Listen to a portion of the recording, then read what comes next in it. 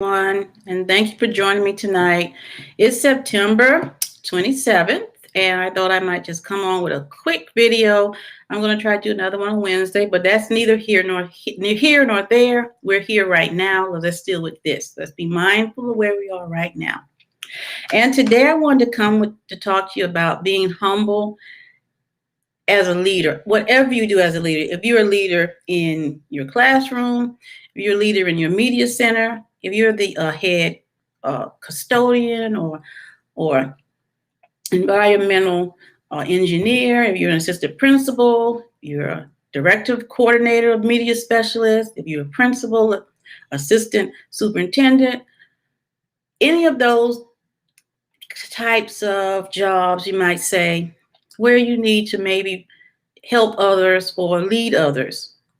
And I wanted to use a scripture today as a first primary reference. Even if you're not a spiritual person, the Bible is still very useful to give us day-to-day encouragement on how to do things. So today I want to use Philemon 7. And it says, I received much joy and comfort on hearing of your love. This is from the Apostle Paul doing one of his visitations during Bible times.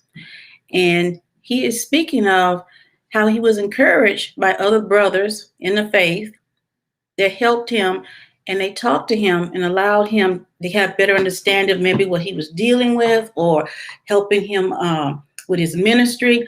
But the point of the matter is being humble as a leader and realizing sometimes, all the time, we really do need help. We really do need a confidant or inner circle. And I even suggest that inner circle not necessarily be somebody who you work with closely. If you're a principal, you may not want to have that person that you can talk to be a principal. You may want maybe your wife or maybe a close friend who are not part of the educational system. Because I truly believe that I like to hear what other people feel about a certain situation, because situations are situations. And sometimes all you need is someone to listen and give you another point of view. And you might not always get that with people who work in the same environment you work in or the same building you work in. For instance, many, many, many years when I first started education, I would talk to my mom. And it was always, it was just a person that was neutral. She didn't have a horse in the race or a dog in the hunt. She wasn't an educator. She definitely wasn't an educator at my school. She didn't, back in the day when she did teach, she was doing something completely different than what I'm doing. So she really didn't have that bias, you might say, about the situation. And having someone, a confidant like that you could talk to, it gives you a sense of a more objective way of looking at your situation. Not necessarily a problem. You might just want to talk to somebody about your day-to-day activities, talk about something that you plan on doing, and having that confidant or someone to talk to can be very helpful to help you understand or work through what you're doing. I'm not saying if you're a principal, you don't want to have another principal. I'm just saying that sometime in my experience and work with other people, it's better sometimes to talk to somebody who's not necessarily right in the midst of it.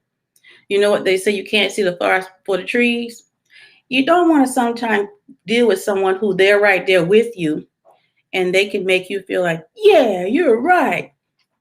On whatever you're talking about. You want someone that can look at things a little more objectively, as I stated before, because you just don't want a yes man, or you just don't want someone making you feel good about it or feel bad about it. You want someone that's going to sit there objectively, listen to the situation or whatever you're planning on doing, and they help you work through it, or just give you some ideas, or it might give you an outlook that you might never have thought of.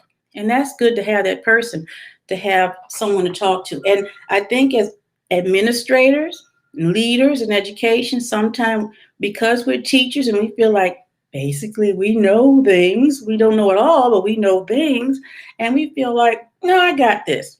Well, how hard can it be? I mean, I've educated, I have a doctorate, I have a specialist, I have a master's degree. whatever you got, certifications up the wazoo. I know this. Still, you need some time to get someone else's opinion on how they look at it or whatever.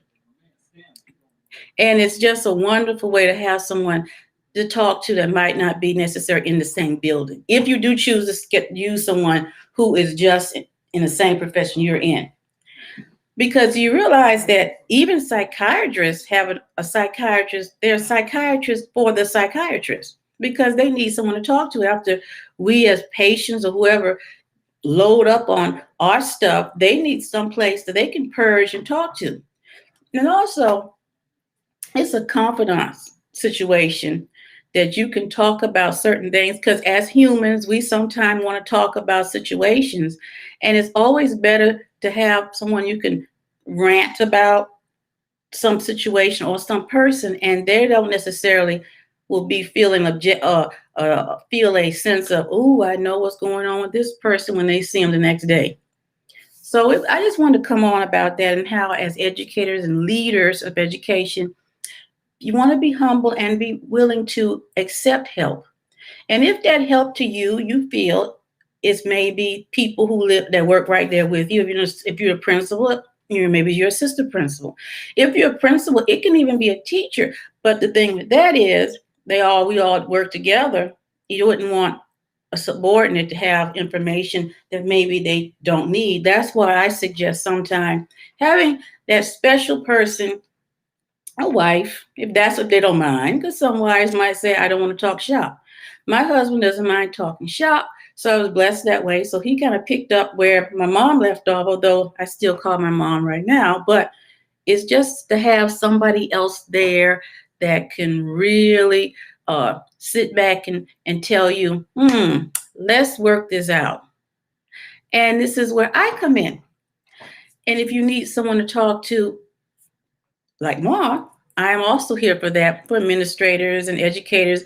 If you want to talk about plans or things you plan on doing or major career moves, I am perfectly available and able to help you with that with my many, many years of experience.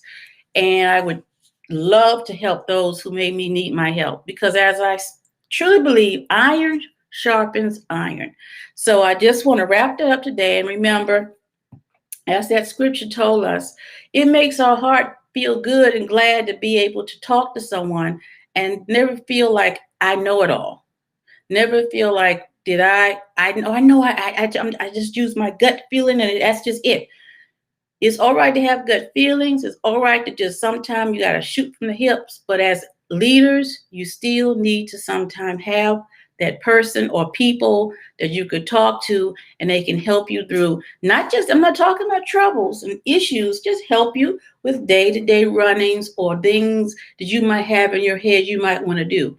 That person can tell you, well, all that sounds great. Maybe you need to slow down, or maybe you told me about something else you planned on doing last week. Have you done that yet? And it just helps you to get everything in order. So please, please, please, if you do not want to speak to moi, which you are more than welcome to always email me with questions, and it's for the low, low price of free. I do not mind giving help out online or calling. Have that person that you feel good about and that you could talk to, and be humble enough to go and reach out for that help from others. So that is all for tonight.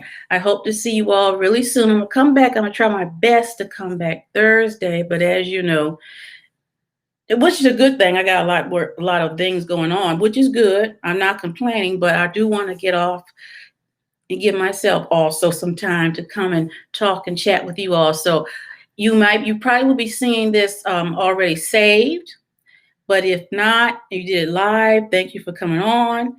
If you're going to watch it later, thank you for coming on. Please comment on YouTube or wherever, LinkedIn, Facebook. It doesn't matter. Even if this is a recording, I can still see it. So make sure to let me know what you thought about this video. If you have any ways that you deal with, talking it out, working the problems out with your profession, please let me know. I learn from you and you learn from me. So once again, thank you so much. I hope to see you all real soon. This is Dr. Nicola with Didactic Chatter saying good night. if it's nighttime in your area. If not, good morning. But anyway, in every way, be well. Bye.